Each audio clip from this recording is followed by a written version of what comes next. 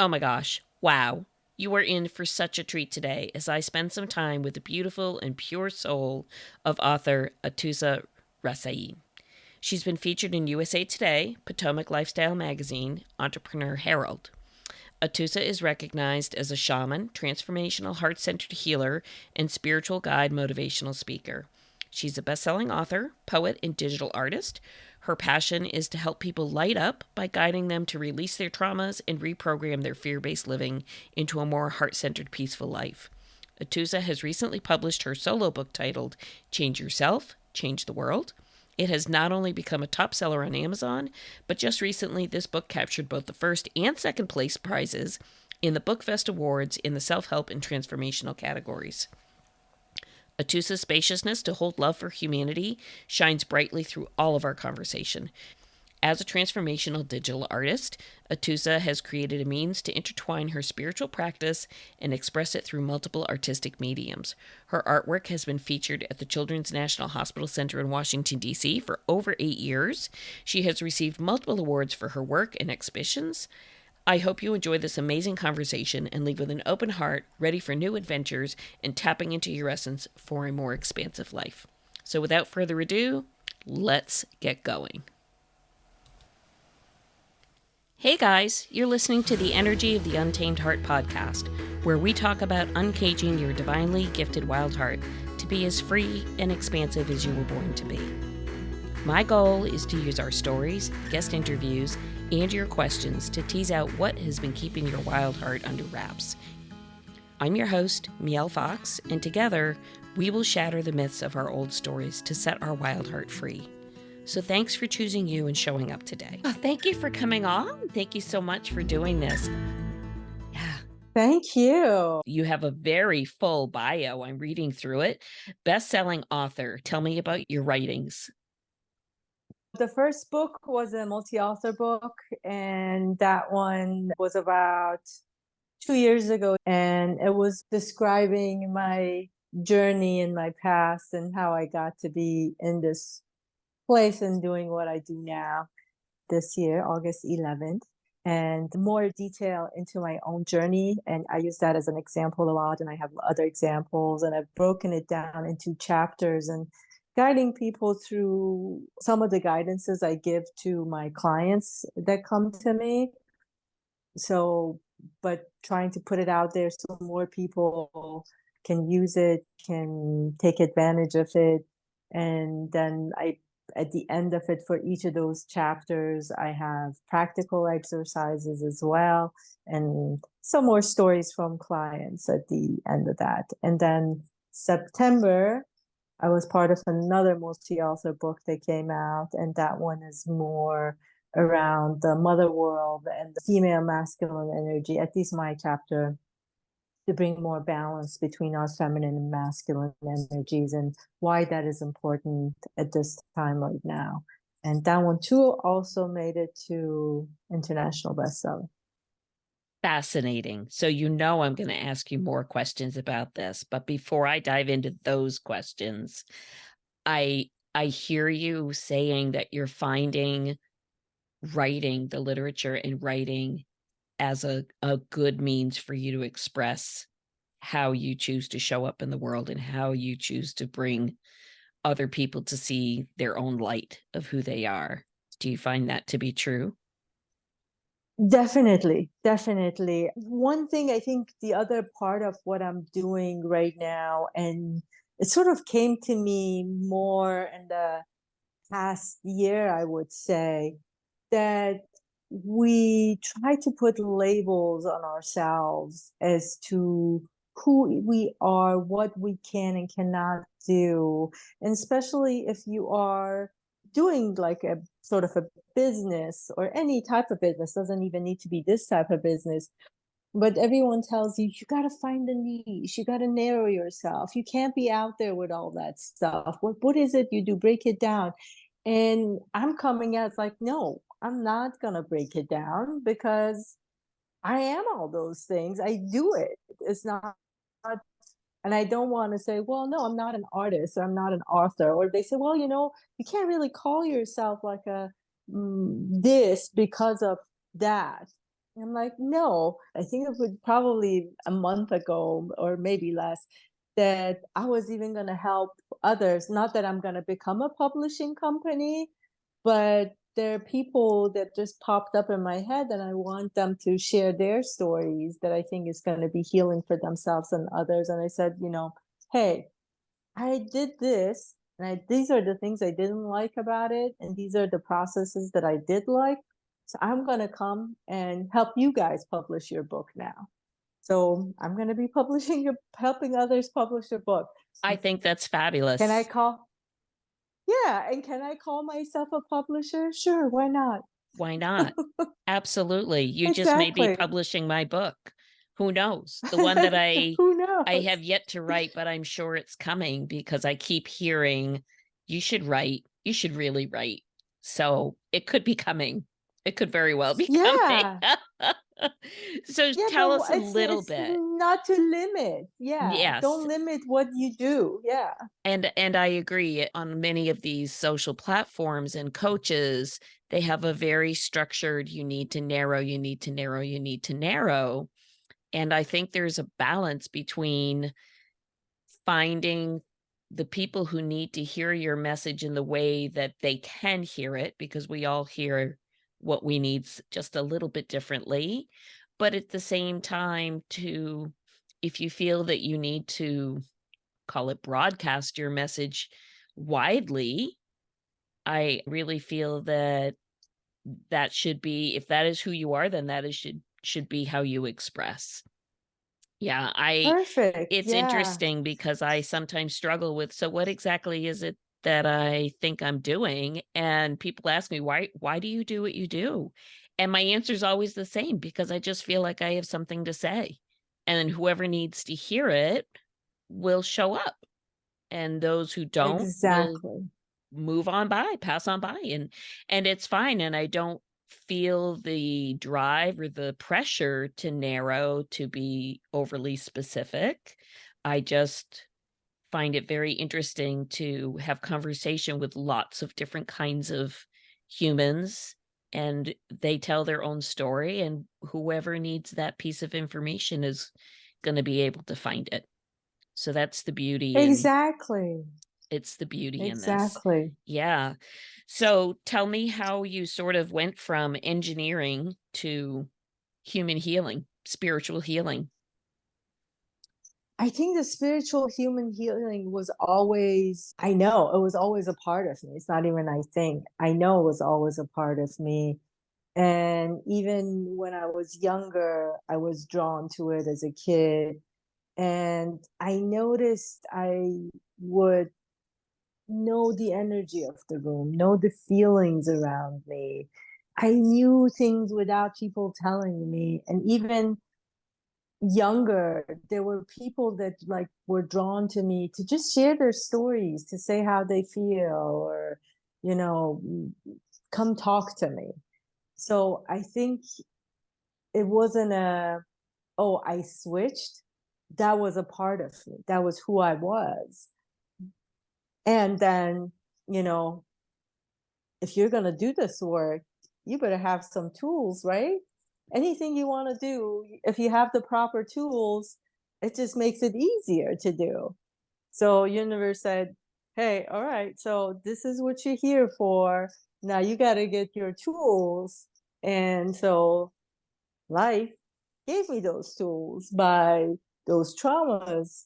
We label it as trauma, and it is traumatic because it's hard to go through. But then that's what you need to come and get your tools to be able to help yourself and help others. And that's exactly how I came about. And engineering was a way for me, after going through so many changes in my life. My parents were divorced when I was 2. It was a divorce that like dragged on through my adulthood. It was such a hurtful thing that happened to both my parents, especially my mom, that it just lasted like through our adulthood. Then we had the whole revolution that I was very young and didn't understand. And then the war happened. And then right after that, we came to US, and all those changes made me want to have control over life. I was like, okay, everything's shifting, everything's changing. And, I felt there's nobody keeping me safe and supported and loved. So I need to do that for myself. And that's when, like, okay, so in order to do that, I need money and stability. And money and stability means that I got to get a job. Now, how can I go get a job to make money fast and easy? And that was engineering for me. Everybody's like, engineering was fast and easy. Yeah, I was good at math. I was good at science. Was it something that you could get your bachelor's and start working? It wasn't be a doctor, be a lawyer, where you spend all this money and still you got to pass through exams and all that stuff. So, yeah. Very interesting. So it's funny how we attract people who are so very much aligned. So I also was raised in an upbringing ultimately of divorce. My parents had immigrated here from Europe, and over decades, they did the let us stay together for the kids thing while the kids were all saying, could you please not? So in itself, Yeah. it brought along an awful lot of drama and trauma. And like all good parents, they want better for their children. I did take the university route. It's just very interesting that we spend an awful lot of time packing on the blocks and the layers when we really know who we really are early on. And then life, in order to get by, you start to make some changes. So you said early in our conversation, I knew from an early time that I was gifted in a way to connect and access messages from beyond us here on earth. But yet the pressures of how do I control my chaos in my life?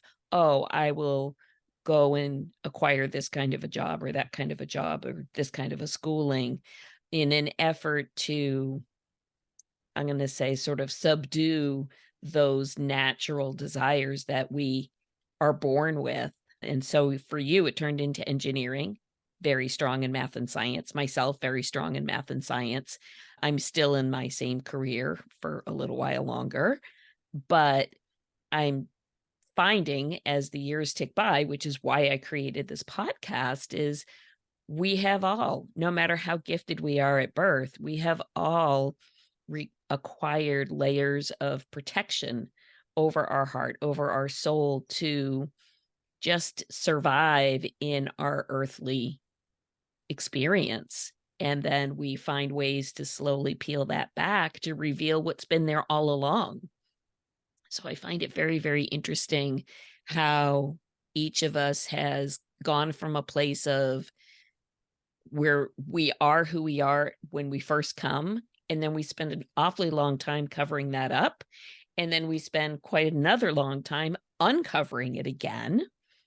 But that alone, I feel, is part of the journey, part of the duality, part of the polarity, part of the you don't recognize the gift until you expose the gift. And I think that journey Exactly. is fascinating to me. Exactly. No, that's exactly why we come. It's that self-discovery. Like I said, I couldn't do the work I'm doing now had I not gone through all that, because I needed all that to see both sides of me and bring those both sides together and get to a place where everything comes into one, and I feel that oneness with the outside world as well.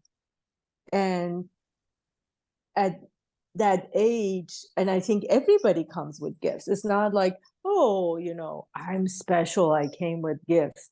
Every single one of us that comes into this human existence comes with the gift, and the gift is you discovering you, nothing more than that. It is you discovering who you truly are, which is a divine being living in this human existence and bringing both that part together and doing sort of this dance and movement in life, and recognizing that you are not just divine, you are not just this self, ego, whatever you want to call it. You are that combination that's come into this life, and everybody else is part of that as well. You are connected. They're all there to show you, and they're all there to help you with that dance. I love it. I love this expression of how you call it a dance. So, one of my other interest areas happens to be numerology. I'm very intrigued and fascinated by how we are very clearly divinely coded to have a particular Mhm. expression in this lifetime. And what makes that expression vary is, of course, is our individual free will and choice. But we have very distinct, I'll call them soul contracts. They are, Mhm. whether you're aware of it or not aware of it, they are absolutely divinely orchestrated interactions that we will have over the course of our life with a variety of individuals at different times of our lives for different durations of that travel together time until the contract is fulfilled, so to speak. And I find it fascinating. The way I describe it is we are here basically to either learn a lesson or give a lesson. Our soul chose to come so that we could learn the lessons and give the lessons. And we don't really know Exactly. which is occurring in the moment, but just like a dance, somebody's not always the lead and somebody's not always the follow. There are places in the beauty of the expression of the dance where that position changes. One may lead, one may follow. It's just a very beautiful expression of what does it mean to come to this earth in this lifetime, in this moment. And I do find, and especially right now, I mean, anybody who's even remotely awake at all, meaning not dead, can see that we have quite a bit going on in the world. We have a lot of difficult situations which I think are playing very heavily for many people who may not understand that even though it is difficult, there is a lesson in the difficulty. And even though it is difficult, there is a reminder that we are all from one divine area and we will return to one divine. And how does that play out in the course of our lifetime here? So I find your perspective very, very refreshing and aligned. Do you find that your journey has shifted or altered as you've discovered more and more of your tools through your experiences? Do you find that that has up leveled or shifted or changed, or that you are just using what you have in different ways? I feel that it's sort of like I knew what I was going to do. And I've left myself sort of these clues. And that I'm discovering those clues that I've left for myself through the help of others, like you said, those contracts and everything. And that's it. It's not like, would I have done this? It's just no, I'm finding out the clues. This is good. It's like different pieces of this puzzle to get here. And what you said, I think also is important for everybody that to understand. We look at sort of like teachers, masters, gurus, whatever you want to call them, us, whoever. And it's not that, oh, they're done. Nobody's done. As long as you are in this physical human form, you are not done. You are always going to be a master and a student. You are always going to be the teacher and the student. Because, like you said, we're always learning and we're always teaching in one way or form. And it does not matter, like, if you're a plant or a bird, or if you're a kid or you're 90 years old. As long as you are in this physical world and you are in this physical body, even an ant can come and teach you a lesson.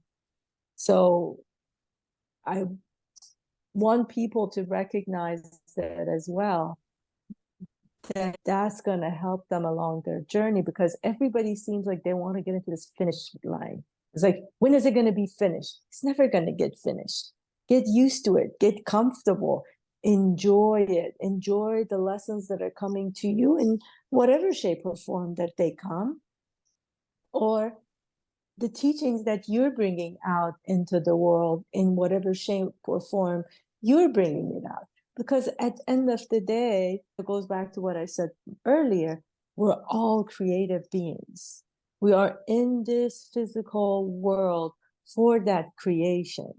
And however you want to create that, whether it's writing, art, cooking, speaking, hugging someone, listening, whatever shape or form, or all the above, go do it. Be creative in whatever shape or form that feels comfortable. And it's never going to get done.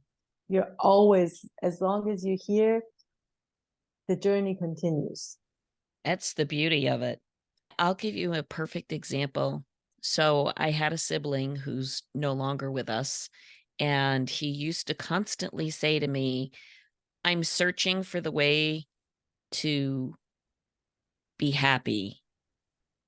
And the way that he would phrase it would be almost as if I go to the grocery store and I look for the item on the shelf labeled H called happy, and I can get that. And Mm-hmm. then when I consume that, I will be that thing. And we used to have these very long, drawn out conversations because I'm very much not that way. I'm like, it's inside you, it's within you. You just have to cultivate it, allow it to express, it's in there. And there was so much, I'm going to call it ego denial. It was basically the stories that he had been telling himself or choosing to listen to over his lifetime without the capacity to listen to the heart, which is really where the gems are held. That's where the Mm-hmm. meaning lives. I used to struggle so much because I thought you can't. So we have a phrase: if you have animals, herd animals, horses, things, cows, you can lead them to the well, you can lead them to the water trough, but you cannot make them drink. And I used Mm-hmm. to say this to my brother. I said, I can tell you, I can try to share with you, but I cannot make you make the change if you're not prepared to make the change. And again, I hear this reiterated when people say, I don't know what I'm here for. I don't know what my purpose is. I don't know what I'm supposed to be doing. Our conversation here is so affirming in that your doing is your being.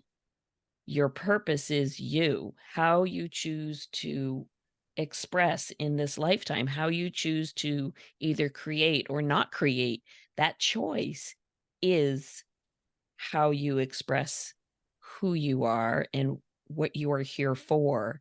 And whether that's making your expression may just be helping or changing one individual in their heart, one heart at a time. Why are you here? You're here to be you. You're here to express Exactly. you, however that is for Exactly. you. Yeah. Yeah. Do you find with your Exactly. clients that digging is difficult for them? Well, no, partly because they come to me, I show them those hidden parts. It's like, that's my talent, that's my gift. And the parts that they're not either willing to see or they can't see or it's hiding, I bring all those out so that they can connect with it. And once they connect with it and we heal those spots and let them leave, sort of like, because it's like when you bring it into the light, it's not hiding anymore. And then you can see, it's like, oh, look, I have my hand. I love my hand. And, it's okay. Or, oh, my hand is dirty. I can just wash it and clean it up. Oh, look, there's a nice hand now. It's all clean and better. that's the sort of like the work I do with them. It's part of those, because of whatever's happened in their life or past, generational stuff that's been passed down to them, things that are hiding in there. I bring them out, and so they can see it, and we can heal and release and reprogram it, basically. But That I think also with what you were saying earlier is that desire that there is a finish point, that I gotta get there, has stopped people to enjoy the moment and have fun. And like you said, we're just here to be. We're just here to express ourselves. Now, I just help you to get some of that stuff, gunk, sort of off of you, so you can see it better, see you better, and go do you better. And that's basically, and I keep saying, just have fun with the process itself too. You know, it can be enjoyable if you look at everything. Yeah, it might not, you might have an itchy sweater at the moment that's not feeling good, but then the itchy sweater comes off and you feel better. But enjoy that. Even if you're wearing an itchy sweater, it's like, try to enjoy it as much as you can. It's giving you a lesson, it's giving you a gift. absolutely. Absolutely. Do you think so we have a lot of catchphrases that you'll hear many people, especially in healing circles, if you want to call it that, about stepping out of the comfort zone, putting a toe in the water. And that fear that holds many people back can be so strong, so strong, that it really makes it difficult for them to step forward and reach out, for example, to folks like yourself to help them see. If you had to suggest or say something for someone listening where they're so concerned about what happens if, what happens when, I don't know if I can do that. If you had one suggestion of how they might start to peek out of the box a little bit, just a little bit, what would you say that would be? Honestly, I would say go get my book. Well, you're gonna tell Because us that's it. exactly where to go get your book. You're before we're done, it's gonna be in the show notes. But Absolutely. that's exactly why I did the book, for those folks that are sitting there and they don't know, how am I going to get over this? How can I look at this differently? That's what I give them in this book, of how to start becoming aware of your sort of these personality, personas, avatars, whatever you want to call it, your triggers. Start becoming aware, and how you would go practice that awareness. How do you take responsibility for your life? And then how do you see your choices, and how do you start choosing from your heart, and how do you bring all that together, and at the end rediscover that, bringing that duality even into one and connecting it with your body. So that's all in this book. Well, then you're gonna tell us exactly the title and the where, and you're gonna give me a link so I can put it in the show notes so people can find you and find your book. Absolutely. To me, awareness is the first step. Once you have the Mhm. awareness, then you can choose to take the next and the next and the next steps. But I feel that sometimes there are people who are so blocked by their fear that they haven't even reached that moment of the awareness to say, I'm looking, I want the change, I desire the growth, the shift, the uncovering. And for those people, and I have to say, I think my brother was absolutely one of those people.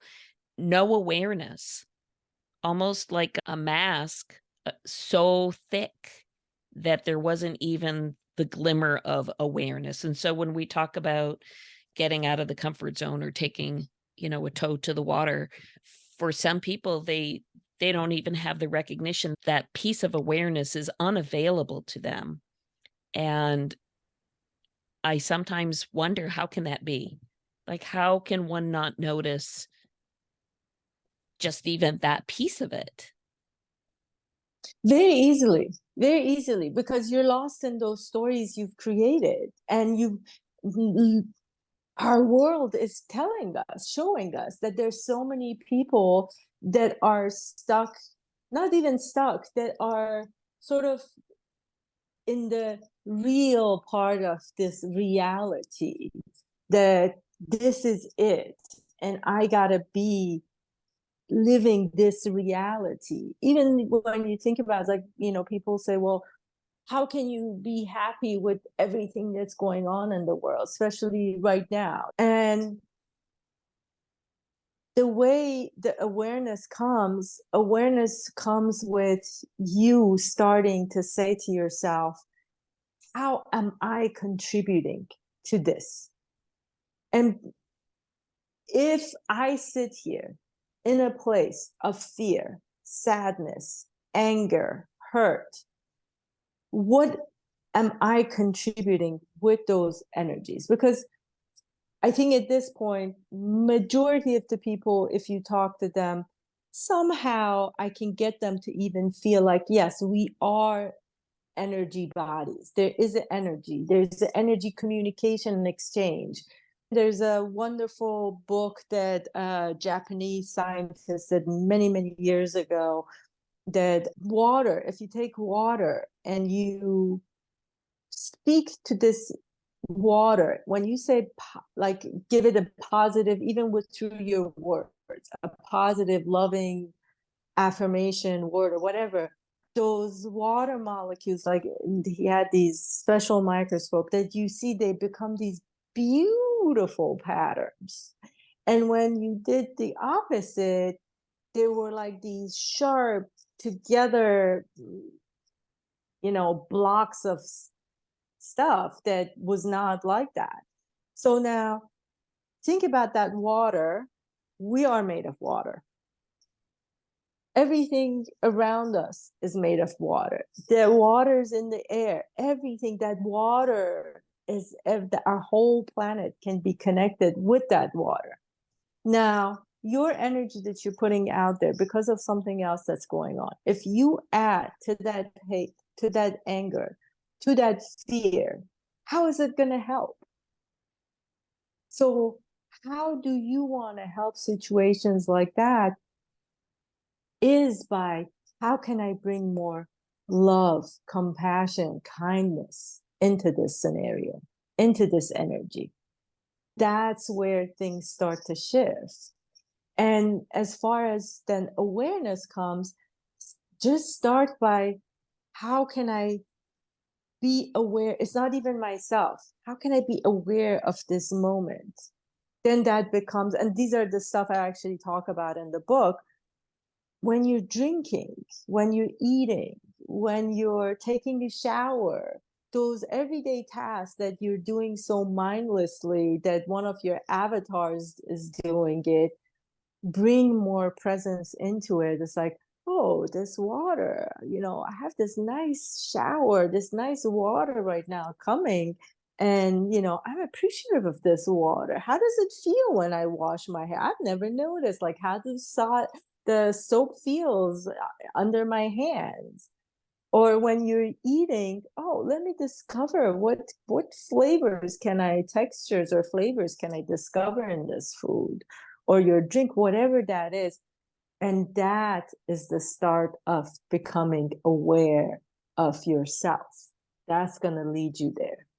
So it's so interesting, that description that you just gave is what many people call mindfulness of the moment, mindfulness of what goes on in the moment on a very almost microscopic level, the texture of the food, the flavor of the food, the smell of the food. And it's really interesting that there are times where I feel like mindfulness is almost a misnomer, because I really want to call it heartfulness, especially when you talk about the water, because water, in terms of an element, is directly connected with one's emotions. And it's Mm-hmm. interesting that we are so connected through water, through droplets in the air, through our body being predominantly water, through our earth being predominantly water, which if you extrapolate that out to what does that mean? It means feeling in all levels through all energetic expression, which means what? The connection between your heart and divine. It's so interesting that when we pull back and look at it from a very macroscopic viewpoint, it seems very distinct and individual and separate, but the reality is it's really not. It's all highly unified and highly connected. So it's just Exactly. beautiful to hear you express it in such a way. Yeah. No, exactly. We are all connected. And there's a reason I don't use words like mindfulness or some of those words that people grab onto, because they have a definition of it that's not true. When you said be mindful, everybody thinks, oh, I gotta sit stay and go or I gotta quiet my mind. No, that's not what mindfulness is. Mindfulness is not quiet your mind. There is no way you can quiet that mind. Mindfulness is just bringing your attention. I love what you said. Heartfulness, bringing that mind and heart together. Again, that duality in us, because these two need to come together. The mind and the heart. Once you bring them together, that they do that dance together. Now you're talking. Now you're Yes. like in the moment, enjoying everything. Yes. It's a beautiful, beautiful description. Oh my goodness, this has been a great conversation. I could talk for hours I with you. know. I love it. I love I it. know. I was It's so gonna say, great. when is part two? When is part 2? There can be a part 2, absolutely. I'm It's down. great. When I get a little bit more into my flow, there will definitely be a part 2 because I have so many questions that I just wanna discuss and talk about and go deeply into, because it really brings up just so much that is interconnected. So it's really interesting. Part of what I like to talk about for listeners here on this podcast is, what is the language through which your heart speaks to you? And we talked about this earlier. Is it literature? Is it art? Is it cooking? Is it being in nature? What is that thing? And the beauty is, just like in our human expression, many of us are multilingual, meaning we speak more than just English, yes. Mhm. But I think that is also the same for what I call heart speak. Your heart speaks through multiple modalities of creativity, whether that's art or music or writing or all of it, however that may be.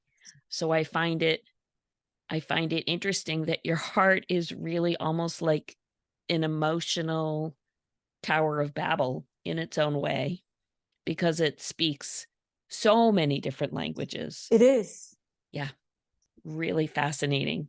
So tell me, where and how can people find you and your book and all your goodness? Thank you, thank you. My Where they can find me is on my website, which is my first name, last name.com, AtousaRaissyan.com. The book is on Amazon. It's available in ebook format and paperback. And it's called Change Yourself, Change the World, Transform Your Life from Fear-Based Living to Choosing Love and Seeing Magic. But the solo book is where I talk about and give those guidance and tools that is going to help you transform. Beautiful. Just beautiful. You are a beautiful soul. I'm telling y'all, I just feel so blessed. I meet people, hear stories, exchange conversations, connect, collaborate, and create. I think that's really the key, is create, co-create on this earth, and really express and expand the love that we all have within us out to the collective, out to humanity. And I'm just so grateful to have the opportunity. So this was another great episode with Atousa. You can find her on all the places at Atousa Raissyan or at Soulistic, both on Etsy and on some of the other social media platforms. I will put all of the links in the show notes for you, so please refer back there for the exact links to take you to all of the offerings that Atousa has.